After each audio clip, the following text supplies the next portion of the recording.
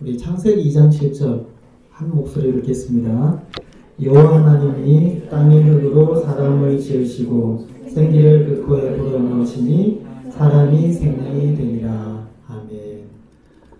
오늘 제목을 이렇게 잡았습니다. 우리는 어디에서 와서 어디로 가는가. 이 말씀은 하나님께서 사람을 만드셨다라고 성경에서 기록하고 있는 부분입니다. 작년인가 제가 고갱전을 한번 갔다 왔습니다.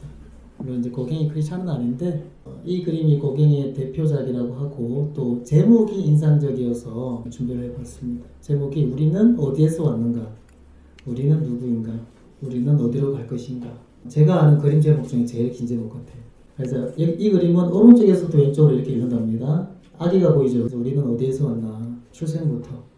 그 다음 어디로 갈 것인가? 여기 보면 노인이 이렇게 머리를 잡고 백발의 노인이 머리를 잡고 이렇게 괴로워하고 고민하고 있는 그림이 보이고 여기 이제 우리가 누구인가 어떤 삶을 사는가가 중간에 이렇게 나와 있습니다. 뒤에 이제 이 타히티 섬의 대표적인 어떤 여신상이 나와 있고 여기에 사람이 어떤 과일을 담고 있는 그런 그림이 있습니다. 성악가가 모티브가 된 것 같죠. 이 그림을 보여드리는 이유는 뭐냐면 이 사람이 어디서부터 왔고 어디로 가는가 어떻게 인생을 살아가는 것이 가장 좋은 삶을 사는 것인가? 이러한 질문은 예수를 믿든지 믿지 않든지 어떤 인간이 가지고 있는 보편적인 질문이 아닌가 그런 생각이 들더라고요. 이 그림과 제목을 보면서 뭐 가난한 사람이든 부자이든 인생에 대한 질문들을 하게 됩니다. 청년이든 어린이든 어른이든 어린아이든지 인생에 대한 질문을 하게 됩니다. 저도 이렇게 기억에 중학교 때부터 어떤 인생에 대한 질문을 했던 그런 기억이 납니다. 몸이 건강하든 몸이 아프든 인생에 대한 질문, 사람은 어디로부터 왔고 어떤 삶을 살아가고 또 어디로 가는가 이러한 질문이 보편적인 질문이다. 그래서 이 질문에 대해서 성경이 말하는 바, 하나님께서 말씀하시는 바를 좀 이렇게 나누도록 하겠습니다. 이 그림은 하나님께서 사람을 어떻게 창조하셨고 그리고 사람이 죽고 나서 어떻게 되는가를 이렇게 그림으로 한번 그려봤습니다. 아까 우리 읽었던 말씀이 이겁니다. 창세기 2장 7절에 여호와 하나님이 땅의 흙으로 사람을 지으셨다. 그래서 여기 땅이 있습니다. 땅의 흙으로부터 이렇게 사람의 육체가 창조가 되었습니다. 그리고 생기를 그 코에 불어넣으셨다. 하나님께서 이 영혼을 이렇게 불어넣어 주신 거죠. 그래서 사람은 영혼과 하나님으로부터 온 영혼과 이 흙으로부터 온 이 육체가 영혼 유구의 형태로 이렇게 살아있는 상태가 되는 겁니다. 사람이 죽으면 어떻게 되냐면 영혼과 육체가 이제 분리가 되겠죠. 그래서 육체가 하는 가장 중요한 기능은 뭐냐면 영혼이 이 우리의 육체 속에 담겨 있도록 하는 역할을 하는 게 육체의 기능입니다.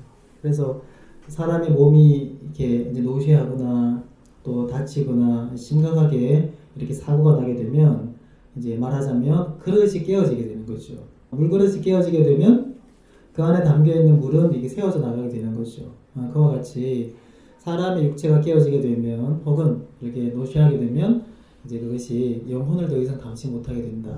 그때 사람이 이제 죽음을 맞게 되는 겁니다. 그리고 이 영혼은 생각과 감정과 의지가 있습니다.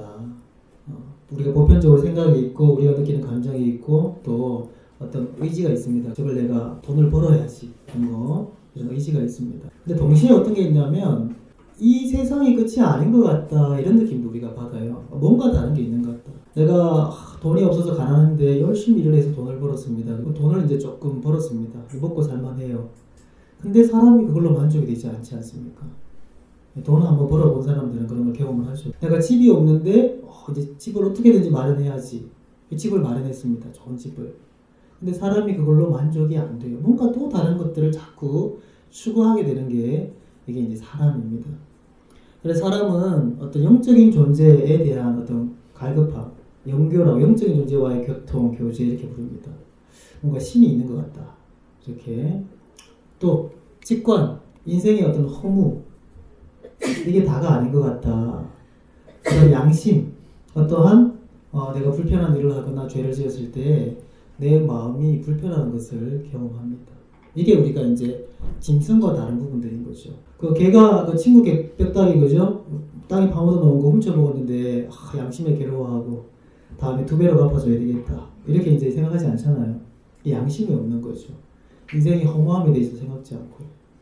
근데 사람이 이 짐승과 다르게 사람으로 존재하게 되는 그런 어떤 중요한 특징들이 이제 이렇게 영적인 존재, 절대자에 대한 어떤 호기심, 또 인생의 허무, 또 죄책감, 이런 부분들을 사람들이 가지고 있습니다. 근데 여기서 이게 성경이 말하는 건데, 전도서 12장 7절 제가 읽어드릴게요.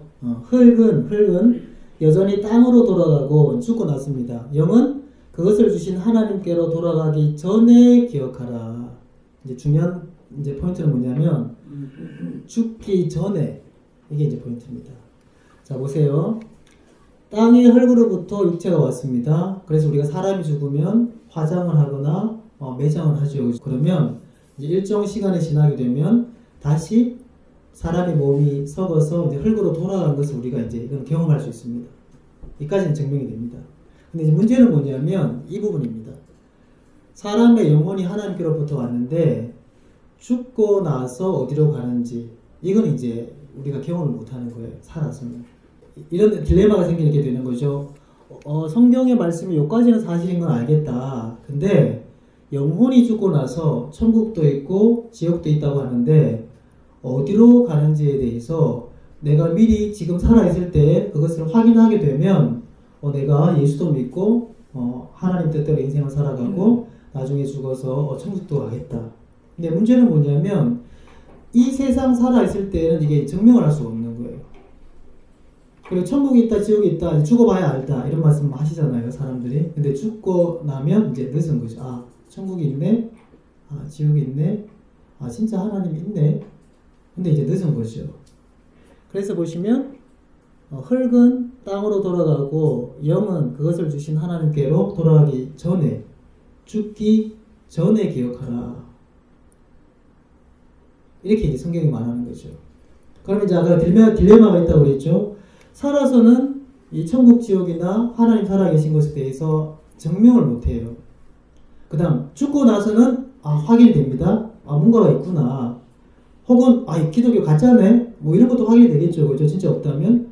근데 그때는 이미 이 세상에서의 삶을 되돌리기에 늦은 거죠. 이런 딜레마가 생깁니다. 그럼 이걸 해결할 수 있는 방법들이 있습니다. 왜냐하면 죽기 전에 기억하라 이렇게 하셨잖아요. 근데 그 해결할 수 있는 방법이 없다. 그러면 하나님께서 이제 무책임하신 거지. 근데 죽기 전에 기억하라, 죽기 전에 한번 생각해봐라 라고 말씀하신 것은 방법이 있다는 것이죠. 어떤 방법이 있을까요? 이 말씀을 드리고 싶은 겁니다. 첫 번째 가장 중요한 그 방법은 뭐냐면 본인이 직접 하나님을 만나는 겁니다. 그러면 아주 명확하죠. 그죠? 성경에 있는 그 여호와 하나님을 내가 만났습니다. 그러면 내가 죽지 않았지만 성경에서 말하는 바가 내가 만난 그 살아계신 하나님이 말씀하시네. 그러니까 내가 죽지는 않았지만 죽고 나서는 이러한 세계가 있구나. 그 다음 죽기 전에 우리는 어디에서부터 왔고 우리 누구이고 어떤 삶을 살아가는 것이 가장 좋은 삶이고 그리고 내가 어디로 가는구나에 대한 답을 얻을 수가 있는 거죠. 왜냐하면 내가 하나님을 만났고 그 살아계신 하나님이 기록한 내가 성경을 볼 수 있기 때문에 성경을 통해서 이러한 문제들이 이제 해결을 받을 수 있습니다. 이게 제일 명확하고 제일 중요한 방법입니다. 이제 문제는 뭐냐면 하나님 만나는 게 힘들어요. 이게 이제 문제예요. 또 다른 문제가 생깁니다. 하나님 만나는 게 만만치 않아요. 저도 이제 그런 기억이 납니다. 저는 교회를 어릴 때부터 다녔습니다. 아직도 기억이 납니다. 초등학교 때 엄마가 이제 헌금하라고 300원 주면 200원은 가다가 만화책 보고 100원 헌금하고 그런 기억이 이제 아직도 나요. 이렇게. 근데 교회는 이렇게 다녔는데 하나님을 못 만났던 세월을 좀 오래 보냈지만 10년 이상 보냈던 것 같아요. 교회 다녔는데. 근데 그러다가 이제 뭐 중간에 뭐 여러 가지 우여곡절이 있었는데 강력하게 하나님을 만난 적이 있었습니다. 강력하게. 하나님을 이렇게 여러 가지 작게 체험하다가 제가 자주 말씀드린 96년 1월 달에 하나님께서 정말 나를 만드셨구나. 내가 하나님을 위해서 예수님을 위해서 하는 것이 가장 잘 사는구나 라는 것을 내가 어느 날 다 깨달았습니다. 요한복음 1장 3절에 보면 만물이 예수님 때문에 만들어졌다. 예수님께서 모든 사람과 세상을 만드셨다. 이 구절이 있는데 그것을 딱 보는 순간에 마음속에 이렇게 믿어지고 이제 아까 말씀드렸던 내가 어디로부터 왔고 내가 누구고 내가 어디로 가는가에 대한 문제가 다 해결이 되더라고요. 그때 이제 여러 가지 영적인 체험들도 많이 하고 자신이 직접 하나님을 만나는 것이 가장 좋습니다. 근데 저도 개인적으로 중학교 때부터 인생의 허물을 느끼면서 하나님을 찾고 신을 찾고 그 와중에 여러 군데를 다녔습니다. 절에도 가봤겠습니까? 안 가봤겠습니까? 절에도 가봤습니다. 여러 가지 철학책들도 읽어보고 그래도 내 나름에서는 뭔가 할 수 있는 것들을 추구했던 그래도 한번 신을 한번 찾아보자 진리를 한번 찾아보자 이렇게 하면서 노력했던 그런 어떤 경험이 있습니다. 제가 경험해도 이거 하나님 만나라 이게 이제 너무 쉽지 않는 주문이구나 이런 이제 생각을 합니다. 그래서 이제 여러분들을 초청을 하는 거예요.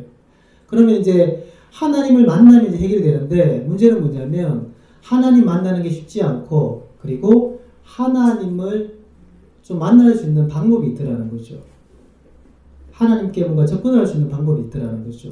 그래서 이제 두 번째 방법이 뭐냐면 하나님을 만난 사람들의 이야기를 듣는 겁니다. 하나님을 만난 사람들의 이야기를 듣는 겁니다. 그래서 이제 성경책을 보면 이 성경책을 어떤 사람이 적었겠죠, 그죠? 성경책을 사람이 적었습니다. 하늘로부터 뚝 떨어진 책이 아니고 근데 어떤 사람들이 적었냐? 하나님을 만난 사람들이 적은 거예요. 뭐 2000년, 3000년 동안 저자가 한 4, 50명 되죠. 그 다양한 사람들이 하나님을 만난 그러한 경험을 적은 것이 이 성경입니다. 그래서 우리가 성경을 가장 권위 있게 여기는 거예요. 왜? 하나님을 직접 만났던 사람들이 그들의 경험과 하나님의 가르침을 적었기 때문에 이 기독교의 성경을 가장 최고의 권위로 우리가 이제 두게 되는 겁니다. 그 다음 그래서 이제 이 성경을 보고 그리고 또 우리 주위에 하나님을 먼저 만난 사람들이 있습니다. 그래서 여러분들을 초청한 오빠도 있고 딸도 있고 며느리도 있고 여러 우리 가족들이 여러분을 초청했습니다. 그분들이 먼저 하나님을 만난 겁니다. 하나님을 만난 사람들 중에서 살아있는 사람입니다. 저도 그렇고 하나님을 만났다라고 하는 사람들이 있는데 그들의 말을 한번 주의 깊게 들어보면 어떻게 만났고 그들이 만난 하나님이 어떤 사람들이고 그들이 무엇이라고 얘기를 하는가를 들어보면 내가 하나님을 만나는 데에 굉장히 유익한 그런 부분들을 배울 수가 있습니다. 그리고 세 번째가 뭐냐면 아까 정인들 중에 이제 이전에 과거에 성경을 기록했던 그 정인들이 지금 우리는 만날 수가 없잖아요. 그들이 기록해 놓은 그 성경을 보면서 우리가 이제 하나님께 접근할 수 있습니다. 이제 이 세 번째가 재밌습니다. 성경을 하나님을 만나고 성경을 기록했던 그 저자들이 성경에 여러 가지 말들을 적어놨습니다. 그 성경이 말하는 바가 그러면 사실인지 사실이 아닌지에 대해서 우리가 검증을 할 수 있겠죠. 또 우리가 검증할 수 없는 부분이 있습니다. 하나님은 이런 사람입니다 저런 사람입니다 이렇게 얘기했을 때 우리가 만나보지 못했기 때문에 그게 검증이 안 되잖아요. 만나보지 못하신 분들은. 근데 이제 검증이 되는 부분들이 있습니다. 그걸 이제 몇 가지를 말씀드리면 보세요. 우리의 인생은 고통이 있죠. 예수를 믿는 사람이나 믿지 않는 사람이나 기쁜 희노애락이 다 있지 않습니까? 특별히 이 고통과 상처라는 부분이 인생의 중요한 어떤 의미가 있습니다. 가족들을 잃기도 하고 질병에 걸리기도 하고 또 사랑하는 사람이 떠나가기도 하고 하던 그러한 직장에서 명예퇴직을 하기도 하고 사업이 잘 되지 않을 때도 있고 큰 사건 사고를 당하기도 하고 인생의 고통이라는 문제가 우리의 가운데 있습니다. 그리고 사람이 모든 사람이 죽게 됩니다. 근데 성경에서는 뭐냐면 고통의 문제, 죽음의 문제가 우리 인생에 보편적으로 경험하는 중요한 두 가지 문제인데 그 원인을 죄라고 얘기를 하는 거예요. 그래서 사람은 이 죄에 대해서 조금 반응이 이렇게 무감각합니다. 보통. 왜냐하면 우리 가만히 보세요. 친구들 중에서 직장에서 나한테 누군가 한마디 했습니다. 안 좋은 말 했습니다. 내 마음이 어떻게 됩니까? 굉장히 아프죠. 그죠? 누군가 나에 대해 욕을 합니다. 마음이 너무 아픕니다. 그 말이 사실이든 사실이 아니든 마음이 너무 아파요. 사실이면 더 아파. 그게 사실이니까. 마음이 너무 아파요. 근데 그 말한 사람은 죄책감 느낄까요? 안 느낄까요? 나중에 얘기해보면 내 용서해줄게 이렇게 얘기해보면 기억도 안 나요. 그 말 했는지 안 했는지. 그래서 보십시오 여러분. 내가 살아가면서 고통받고 다른 사람으로부터 고통받고 상처받는 게 얼마나 많습니까? 근데 문제는 뭐냐면 대부분의 사람들은 죄책감을 못 느끼고 살아갑니다. 이걸 뒤집으면 내가 하는 말과 행동들과 이러한 어떤 여러 가지 살아가면서 하는 것들이 나는 죄책감을 못 느끼지만 여러 사람들이 고통스러워하며 살아가는 거예요. 그래서 이 죄의 문제는 그 당사자가 너무너무 잘 알아요. 당하는 사람, 피해자가. 이제 뉴스에도 보면 큰 사고를 저질렀습니다. 그 얼마 전에도 나무 집에 침입했다가 도둑 잡는다고 이렇게 때렸죠. 근데 이걸 이제 많이 때려가지고 이제 뇌사 상태가 되었습니다. 근데 고소를 해요. 그 가족들이.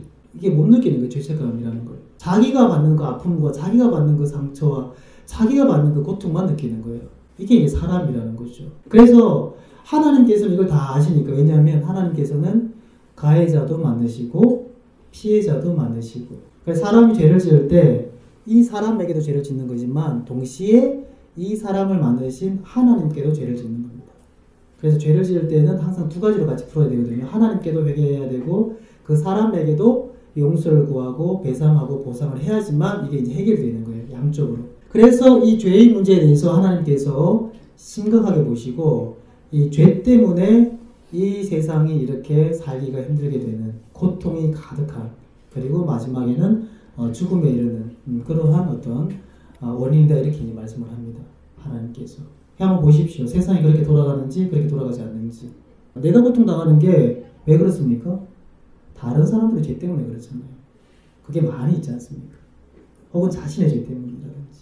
그래서 이 우리가 경험하는 많은 문제들의 근본 원인을 하나님께서는 이 죄라고 얘기를 하는 겁니다. 한번 그런지 안 그런지를 보십시오. 그래서 우리의 인생이 어떻게 지금 현재 살아가고 있냐면 허무합니다. 우리 전도서 3장 11절 같이 한번 읽어볼게요. 시작. 하나님이 모든 것을 지으시되 때를 따라 아름답게 하셨고 또 사람들에게는 영원을 사모하는 마음을 주셨느니라. 그러나 하나님이 하시는 일의 시점을 사람으로 측량할 수 없게 하셨도다. 우리가 인생의 한 치 앞을 못 보죠. 그죠? 그렇죠? 맞습니까? 틀립니까? 이 증명이 됩니다. 그죠? 그 다음 사람의 마음속에 영원을 사모하는 마음을 주셨다. 이렇게 얘기를 합니다. 그 말은 뭐냐면 사람의 마음속에는 영원한 것이 아니면 채워지지 않는 게 있습니다. 거기에는 돈으로도 채워지지 않아요. 10억, 100억으로 채워지지 않고 내가 사랑하는 사람으로도 안 채워져요. 잠깐 채워집니다. 근데 또 불만이 생기잖아요. 아내에게 불만이 생기고 남편에게 불만이 생기고 부모님에게, 딸에게 계속 또 뭔가를 계속 요구하게 돼요. 사람으로도 안 채워집니다. 내가 사원일 때는 내가 빨리 승진해서 과장이 되면 좋겠죠. 과장 되었습니다. 얼마나 기쁩니까? 잠깐 기쁘죠. 그 다음 이거 언제 때려치 올까? 이런 생각이 막 드는 거예요. 사람이. 사장이 되면 좋을 것 같죠. 사원이 고민이 많겠습니까? 사장님이 고민이 많겠습니까? 골치 아프죠. 대외적인까지 다 이렇게 또 맡아서 고민을 해야 되기 때문에. 그래서 사람의 마음속에는 뭔가 돈이나 뭔가 사람이나 사랑하는 사람이나 뭔가 내 자식이 성공하면 기쁠 것 같잖아요. 그죠? 흐뭇할 것 같잖아요. 근데 그게 또 얼마나 오래 갑니까? 또 다른 문제와 고민과 이런 갈급함이 생기는 거예요. 그래서 이걸 이제 허무함이다, 인생 무상이다 이렇게 이제 부르는 겁니다. 이것도 우리가 사람이 보편적으로 경험합니다. 하나님을 경험한 사람들이 사람이 인생이 참 허무하다 이걸 느끼는데 왜 그러냐를 보니까 하나님께서 사람의 마음속에 영원한 것, 무한한 것이 아니면 채워지지 않는 다른 구멍을 하나 만들어 놓은 거예요. 이걸 왜 만들어 두셨겠습니까? 그럼 여기를 누가 채울 수 있겠습니까? 무엇으로 채울 수 있겠습니까? 이건 무한한 것이기 때문에, 영원한 것이기 때문에 무한하시고 영원하신 절대적인 존재인 하나님만 채울 수 있는 것이 모든 사람에게 다 있습니다. 그것을 예민하게 느끼는 사람이 있고 약간 둔하게 느끼는 사람이 있을 뿐이지, 정도의 차이가 있을 뿐이지 모든 사람이 그런 걸 느낍니다. 중학교 때 그걸 느꼈습니다. 중학교 때 이제 호를 하나씩 하지 않습니까? 호. 이렇게. 그러면 제가 그때 이제 봤던 호가 세선이었습니다. 세선. 세상 세자의 배선자. 나의 인생은 이렇게 세상 위에 떠있는 배처럼 이렇게 살아가야 되겠다. 이런 식으로 생각을 했었습니다. 그래서 우리 교회가 예함교회지 않습니까? 예수님의 배. 이게 연관이 있습니다. 제가 이름 지을 때, 교회 이름 지을 때. 하나님께서 하나님만으로만 가득 채울 수 있는 그 만족함이 생기는 그러한 부분을 사람들에게, 온 사람에게 만드셨다. 두 번째는 뭐냐면 이 공포심입니다. 미래에 대한 두려움입니다. 우리 같이 읽어볼게요. 히브리서 2장 14, 15절 시작. 자녀들은 혈과 육에 속하였음에 그도 또한 같은 모양으로 혈과 육으로 함께 지니심은 죽음을 통하여 죽음의 세력을 잡은 자 곧 마귀를 멸하시며 또 죽기를 무서워함으로 한평생 매어 종을 타는 모든 자를 놓아주려 하심이니. 아멘. 죽음의 세력을 잡았다는 것은 마귀가 생사를 주관한다는 뜻이 아니고 죽는 걸 통해서 겁을 주는 거예요. 자기가 죽음과 생사는 하나님께 주관하시는데 마귀가 그 틈에 마치 자기가 하는 것처럼, 자기가 죽이는 것처럼 사람들에게 거짓으로 공포심을 주는 거예요. 근데 보십시오. 죽기를 무서워함으로 한평생 매어서 그 죽음의 종로로 타는 거죠. 안 죽으려고. 이게 죽음의 인정선에 있는 게 뭐냐면 이래서 먹고 살겠나 이런 고민이 생깁니다. 내가 은퇴해서 어떻게 살아갈 수 있을까? 비참하게 살아가지 않을까? 이런 두려움을 주는 거예요. 좋은 대학 가야죠, 그죠? 좋은 회사 취직해야죠. 근데 저기 안 가면 내 인생이 망한 것처럼, 차라리 죽는 게 나은 것처럼 그렇게 이제 고민이 되는 거예요. 이게 인생에 대한 공포심입니다. 두려움입니다. 돈을 벌어요, 그죠? 근데 또 문제는 뭐냐? 그걸 또 유지하는 게 또 문제예요. 왜 옛말에 천석구는 1000가지 고민이 있고 만석구는 10,000가지 고민이 있다. 그런 말이 왜 있겠습니까? 미래에 대한 이 두려움, 불안함. 가끔씩 내가 좋은 직장에도 다니고 사랑하는 가족들이 있습니다, 그죠? 근데 가끔씩 정말 외로움을 느낄 때가 있어요, 사람이. 그럴 때 없었습니까? 저도 가끔씩 있는데 정말 그 뼛속까지 시린 그런 외로움을 사람이 느낄 때가 있습니다. 가끔씩. 심지어 예수님을 잘 믿어도. 왜 그러냐? 가끔씩 언뜻 이 죽음이나 이 미래에 대한 불안감, 외로움을 내가 책임져야 된다는, 내가 감당해야 된다는 생각이 딱 들 때가 있습니다. 이것은 아내가 감당해 줄 수도 없고 자식이 해줄 수도 없고 부모가 해줄 수도 없는 부분이 있습니다. 사람이 그것을 언뜻 딱 느낄 때가 있습니다. 그러면 뼛속까지 시린 외로움을 느껴요. 근데 가족들이 나를 사랑한다는 건 알아요. 나를 존중하고 우리 부모님이 나를 사랑하고 나를 아낀다는 걸 알아요. 그럼에도 불구하고 사람은 이걸 느낍니다. 이것 때문에 그렇습니다. 맞는 것 같습니까? 하나님을 만난 사람들이 그 이유에 대해서 이렇게 말씀을 하고 있습니다. 이 성경을 통해서 성경이 말하는 바가 죽고 나서 천국 지옥이나 뭐 예수님이 어떻고 저쩌고 이런 건 잘 모르겠지만 이런 말씀들을 통해서 우리의 인생 가운데 성경이 뭔가 이유에 대해서 설명하는 부분이 있네. 그 이유가 바로 이래서 그렇구나라고 설명이 되는 부분들, 이해가 되는 부분들이 있습니다. 그러면 지금 내가 경험하지 못하는 우리는 어디서부터 왔고 어떻게 살아가는 게 가장 최선이고 죽고 나서 어디에 가는가에 대한 그러한 질문에 대해서 성경이 말하는 바에 대해서 한번 진지하게 귀를 기울여 봐야 된다는 거죠. 그럴 가치가 충분히 있다는 겁니다. 이 세 번째는 탐심입니다. 탐심. 같이 읽어볼게요. 시작. 이 세상이나 세상에 있는 것들을 사랑하지 말라. 누구든지 세상을 사랑하면 아버지의 사랑이 그 안에 있지 아니하니 이는 세상에 있는 모든 것이 육신의 정욕과 안목의 정욕과 이생의 자랑이니 아버지께로부터 온 것이 아니요 세상으로부터 온 것이다. 아멘. 탐심 이러면 난 별로 욕심 없는데 이렇게 생각해요. 그렇게 생각하지 말고 세상 사람들을 바라보십시오. 다른 사람들을 바라보십시오. 친구들도 바라보시고 직장에서 동료들도 바라보시고 상사도 바라보시고 부하 직원도 바라보십시오. 탐심 있습니까? 없습니까? 욕심 있습니까? 없습니까? 이기적인 부분이 있습니까? 없습니까? 다 있죠, 그죠? 이것도 이제 착각입니다. 내가 나를 바라볼 때는 별로 없다고 생각돼요. 내가 다른 사람들, 주위에 있는 사람들 보면 그런 게 잘 보이잖아요, 그죠? 뒤집으면 그 사람들이 나를 볼 때 이게 있는 거예요. 아까 상처도 내가 가해를 할 때는 별거 아닌 것처럼 느껴요. 아니 뭐 농담삼아 한 거 가지고 왜 그렇게 화를 내? 이렇게. 기억도 안 나는 가지고 아직도 그렇게 상처받았다고 그렇게 하면 어떡해. 이런 식으로 자기를 변호합니다. 정당합니다. 이게 사람이에요. 이 탐심도 마찬가지입니다. 참신도 모든 사람들의 그 마음속에 이게 있는 거예요. 왜 그러냐면 이 뻥 뚫려 있거든요. 마음에 뻥 뚫려 있습니다. 그럼 미래가 불안하고 두렵잖아요. 그렇죠?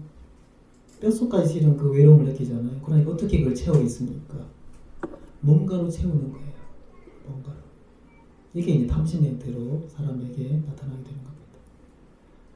근데 이제 그 마음 속에 하나님으로 가득 채우게 되면, 영원하시고 무한하시고 절대자이신 하나님으로 가득 채우게 되면 그 부분이 이제 딱 채워지기 때문에 그런 어떤 깊은 불안감이나 혹은 탐심이나 이런 부분들로부터 어느 정도 이렇게 자유가 다 오게 됩니다. 아, 굳이 그거 안 해도 되겠다. 굳이 그거 없어도 되겠다. 이런 생각이 들게 됩니다. 왜냐하면 만족이 되기 때문에. 허무감도 당연히 이렇게 많은 부분들이 해결이 됩니다. 그래서 여기에서 이제 우리가 알 수 있는 바가 뭐냐면, 성경이 말하는 바가 우리네 인생에 대해서 이렇게 해석하고 있는 부분들이 분명히 있고 그 이유에 대해서 명확하게 설명을 하고 있습니다. 그러면 어떻게 살 것인가, 어디로부터 왔는가, 어디로 갈 것인가에 대해서 성경이 말하는 바에 대해서 정말 귀를 기울여 볼 필요가 있다는 겁니다. 그래서 우리의 어떤 이러한 인생들을 해결하기 위해서 예수님께서 오신 겁니다. 가끔 사람들이 질문합니다. 하나님 살아계시면 이 세상이 왜 이렇게 악합니까? 이렇게. 하나님 살아계시면 내가 왜 이렇게 고통받고, 내가 왜 이렇게 상처를 받고, 내 인생이 왜 이렇게 힘들어요? 하나님 살아계신데 왜 내 병을 낫게 하지 않습니까? 이런 질문들을 하세요. 하나님께서 이 세상을 악하게 만드신 것이 아니고, 하나님께 이 사람들에게 이 상처를 주신 게 아니고, 하나님께 사람들에게 병을 주시고자 원하시는 게 아닙니다. 그건 하나님 뜻이 아니에요. 하나님의 뜻이 아닙니다. 그것은 마귀의 그러한 일이고, 또 사람들이 이 죄를 자꾸 선택하기 때문에, 그래서 우리 보십시오. 많은 사람들이 돈을 벌고자 안 좋은 제품을 팔아가지고 사람들이 죽기도 하고 그러죠. 그죠? 뭐 몇 년 전에 중국에서 그 영양가가 전혀 없는 분유를 팔았습니다. 엄청나게 팔았죠. 그걸 먹은 아이들 중에 수십 명이 대두증, 몸은 자라지 않고 머리만 자라서 이제 결국은 여러 아이들이 죽었습니다. 사회적으로 큰 이슈가 되었죠. 중국 사람들이 그때 그 중국 사람들도 충격을 받습니다. 중국 사람들이 다 그런 거 아니에요. 이거 중국에서는 막 뭐 온갖 얘기가 다 있잖아요. 그죠? 뭐 사람 고기부터 시작해서. 그러니까 중국 사람들은 다 그렇게 살아가는가 보다, 사람 고기 먹으면서. 아니에요. 그죠? 중국 사람들도 충격을 받아요. 이렇게까지 하더니, 이렇게. 그래서 중국에서 온 사람들 중에 주위에 아이들이 있는 집에서는 한국에 오거나 외국에 왔을 때 분유를 많이 사다 간답니다. 믿지를 못하는 거예요. 자기네 제품들을. 하나님께서 우리 인생 가운데 그러한 문제들이 있습니다. 근데 이러한 문제들 가운데 하나님께서 그 인간의 그 죄악된 본성 때문에 서로가 서로를 고통스럽게 하고 아프게 하고 상처를 주는데, 하나님 뜻은 뭐냐면, 니들 죄 지었으니까 그렇게 살아. 죄값 치러야지. 이건 하나님 뜻이 아니에요. 사람은 생각합니다. 내가 죄를 지었으니까, 나쁜 짓 했으니까 죄값 치러야지. 이렇게 생각해요. 근데 문제는 뭐냐면, 그 죄값을 사람이 치를 수가 없는 거예요. 이게 이제 문제입니다. 사람은 그 죄를 가볍게 생각하기 때문에 뭐 감옥 몇 년 있다가 나오면 되지 이렇게 생각하잖아요. 뭐 그 정도 내가 치르지. 근데 문제는 뭐냐면 그 말은 그 죄가 얼마나 무섭고, 죄가 얼마나 다른 사람들을 후벼파고, 죄가 얼마나 다른 사람들을 그 아프게 하는지에 대해서 이렇게 감각이 없기 때문에 그런 말을 쉽게 하는 거예요. 죄라는 것은 사람이 감당할 수 없는 겁니다. 사람이 책임질 수 없는 거예요. 내가 하나님께 사람에게 죄를 지었는데 그 죄를 어떻게 원상복구를 합니까? 선하게 살았는데요, 다른 사람 도우면서 최근에 이런 일이 있었습니다.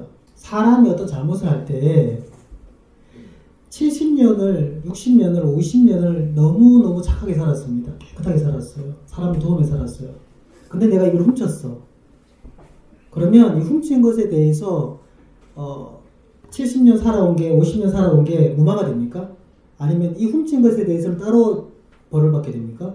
이건 별개죠, 그죠? 살아온 건 훌륭한 겁니다. 그렇게 살았다면. 근데 죄를 지었다면 그 죄에 대해서는 책임을 져야 되는 게 이게 일반적인 원칙입니다. 사람이 지은 죄에 대해서 감당할 수 없다라는 거죠. 그래서 이제 하나님께 하나님의 뜻은 뭐냐면 사람이 고통당하는 것이 아니고 사람이 평안하게 살아가기를 원하시는 거예요. 사람이 그 불안하게 그 인생의 허무 가운데에서 힘들어하면서 고통스러워하면서 힘겹게 살아가기를 원하는 것이 아니라 평안한 마음으로 담대한 마음으로 확신이 있는 자기의 삶에 대한 확신이 있는 그러한 마음으로 살아가기를 원하시는 거죠. 그게 하나님의 뜻입니다. 하나님께서는 사람이 우리네 인생이 행복하기를 원하세요. 그래서 하나님께서 성경에 말씀을 주신 것이고 교회를 통해서 이 말씀을 배우게 하고 그 말씀대로 살아갈 수 있는 기회를 주시는 거죠. 그래서 제가 가끔씩 말씀드립니다. 교회를 왔다 갔다 한다고 해서 행복하게 되는 게 아니고 잘 되는 게 아니고 부자 되는 게 아니고 구원받는 게 아니에요. 왜냐하면 하나님의 그 가르침을 배우고 그 가르침대로 살아갈 때에 하나님께서 약속하셨던 그 축복들을 우리의 삶 속에서 이룰 수 있는 겁니다. 그래서 하나님의 축복은 뭐냐면 뭐 부자 되고 잘 되고 이런 것도 있는데 이거는 부분적인 거고 하나님의 축복은 진리를 주시는 게 축복입니다. 삶의 방식을 주신 게 축복입니다. 성경 말씀을 주셔서 우리가 이러이러한 삶을 살아가도록 인도해 주시는 게 하나님의 축복이에요. 그래서 내가 말씀대로 살아갈 때 그 자체가 축복입니다. 내가 성경 말씀에 순종하면 하나님께서 나에게 복 주셔서 이렇게 뭐 잘 되게 하시고 뭐 잘 풀리게 하시고 사업도 잘 되고 이게 아니고 이것도 있는데 이거는 이제 부분적인 거고 성경대로 살아갈 수 있도록 하나님께서 주신 것이 그게 축복이에요. 그 자체가. 내가 교회 열심히 다니면 우리 가정이 행복하냐 그게 아니고 보십시오. 교회는 열심히 다녀요. 바람을 피우네 남자가 교회는 열심히 다녀요. 11조도 하고 새벽기도도 안 빠져. 그러면 가정이 행복하게 되겠습니까? 이게 아닌 거예요. 이게 아니고 아내를 자기 몸처럼 사랑하고 남편도 아내를 남편이 아내를 자기 몸처럼 사랑하고 아내도 남편을 존중하며 살아갈 때에 이게 성경의 원리죠. 그때의 그 가정이 행복한 거예요. 내가 금식하며 기도한다고 자식이 잘 되는 게 아니라 성경대로 자식을 훈육할 때에 자식이 잘 되는 거예요. 이 사람들이 뭐냐면 성경대로 자식을 훈육하진 않으면서 기도는 열심히 해요. 그죠? 그러면서 잘 되길 기도하잖아요. 그러나 이게 어긋나는 거예요. 잘 안 되는 거야. 왜냐면 하나님께서 자식을 잘 되게 하는 것은 성경의 그 원리를 이렇게 하면 잘 된다라고 가르치셨는데 자기는 그렇게 안 해. 근데 잘 되게 해주세요 라고 기도는 해. 그러니까 잘 안 되는 거예요. 그래서 하나님께서 우리에게 삶의 방식, 진리를 주신 것 자체가 우리에게 축복이다. 이렇게 이제 말씀을 하시는 겁니다. 근데 이제 이 성경에 접근하기 위해서 첫 번째 관문이 뭐냐면 이 예수님을 만나는 거예요. 예수님을 만나는 겁니다. 그래서 하나님께서 우리에게 고통과 그 슬픔과 아픔과 그 불안함과 미래에 대한 어떤 두려움 여기에 빠져서 살아가는 것은 절대로 하나님의 뜻이 아니다. 그건 사탄 마귀가 기뻐하는 거죠. 그래서 하나님께서는 우리가 평안하게 담대하게 확신을 가지고 이 세상을 살아가기를 원하신다. 그 첫 번째 이제 문으로 예수님을 주신 거예요. 예수님이 내가 문이다 이렇게 말씀하시는 겁니다.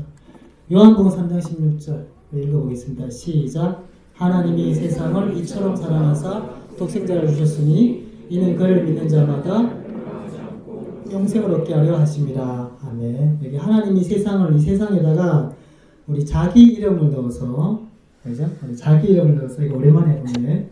자, 읽어보겠습니다. 시작.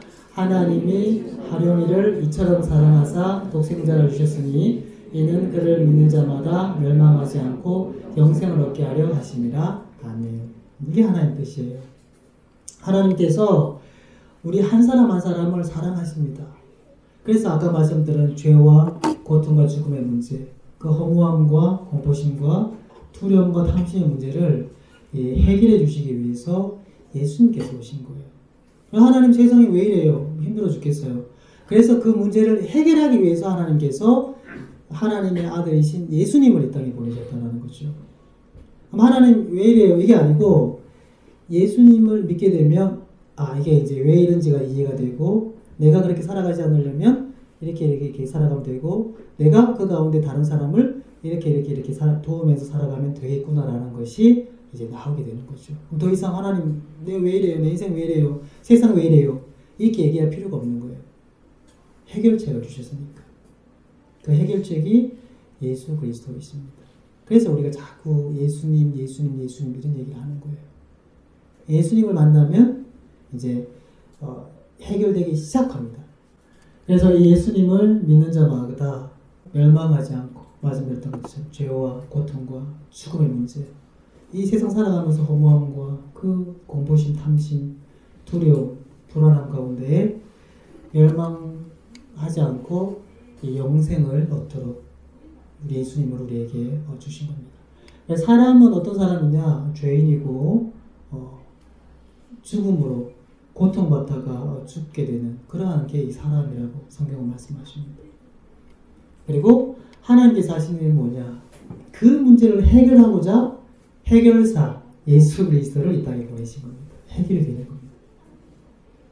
그 예수님을 믿고 그 예수님의 가르침대로 살아갈 때 사람이 해야 될 것은 뭐냐면 그 예수님을 내 마음에 받아들이는 거예요.